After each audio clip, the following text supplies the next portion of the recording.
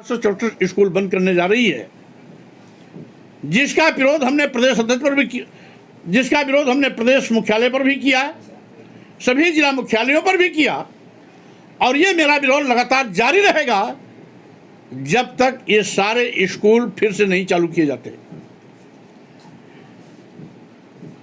13 लाख बच्चों की पढ़ाई इससे छूट रही है। 6 साल से 14 साल के बच्चे अपने घर में स्थित, गांव में स्थित स्कूल में पढ़ाई कर रहे हैं।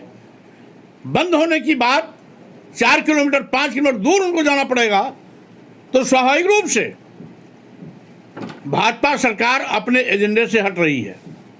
भाजपा सरकार का नारा है पढ़ें बेटियां बढ़े बेटियां, लेकिन अगर 4 किलोमीटर दूर 5 किलोमीटर दूर गांव की 6 साल की बच्ची को जाना होगा, तो स्वाभाविक रूप से उसके अभिभावक 4-5 किलोमीटर दूर स्कूलों में किसी बेटी को नहीं भेजेंगे।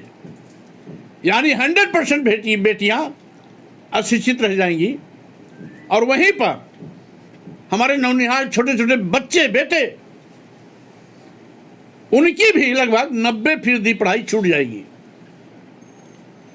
सरकार इस तरीके से सत्ता मद में चूर होकर के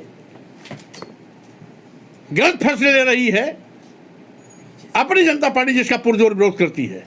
इसके साथ ही साथ यहां पर मैं स्पष्ट कर देना चाहता हूं, सरकार को विद्यालय और मंत्रालय में कोई अंतर नहीं दिखाई पड़ता।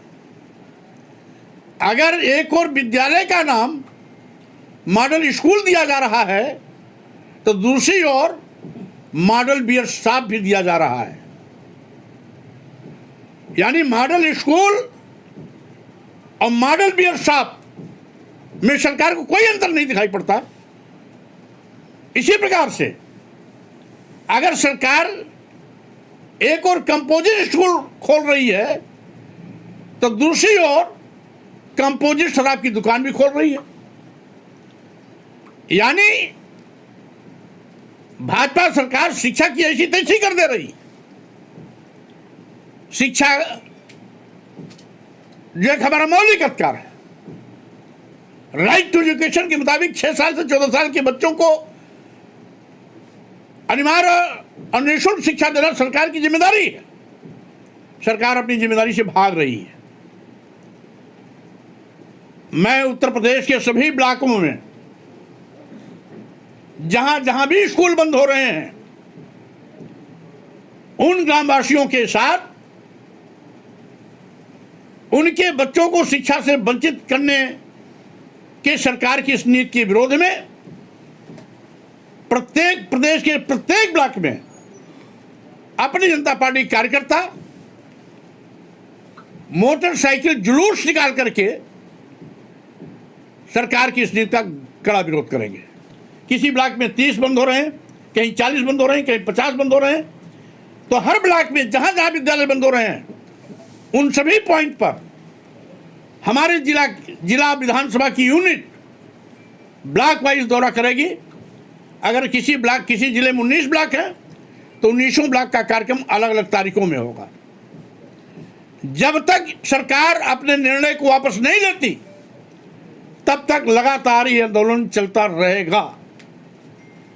आंदोलन की अनदेखी करके भी अगर सरकार इन विद्यालयों को बंद करने की हठधर्मिता नहीं छोड़ती, तो स्वाभाविक रूप से अपनी जनता पार्टी को जब भी सरकार में आने का मौका मिलेगा, भाजपा द्वारा बंद किए जा रहे सभी स्कूलों को फिर से चालू कराया जाएगा।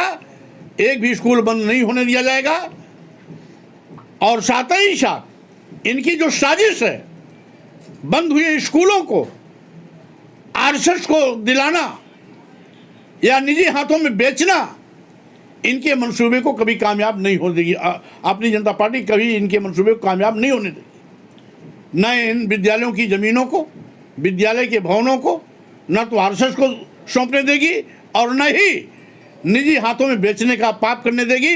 अगर ऐसा करेंगे तो अपनी जनता पार्टी खुल करके सरकार के इन फैसलों का कड़ा विरोध करती रहेगी। और साथ ही साथ लोगों ने सोचा था, हमने भी सोचा था। उत्तर प्रदेश में एक संत, एक योगी, एक मठाधीश मुख्यमंत्री है। स्वाभाविक रूप में शिक्षा को बढ़ावा मिलेगा और मदिरालय शराब को हतोत्साहित किया जाएगा। लेकिन एक योगी मुख्यमंत्री होकर के स्कूल बंद करने का पाप कर रहा है और मदिरालय हर 400 मीटर 500 मीटर पर खुलता चला जा रहा है। आखिर सरकार चाहती क्या है? देश की शिक्षा को पूरी तरीके से खत्म करना चाहती है।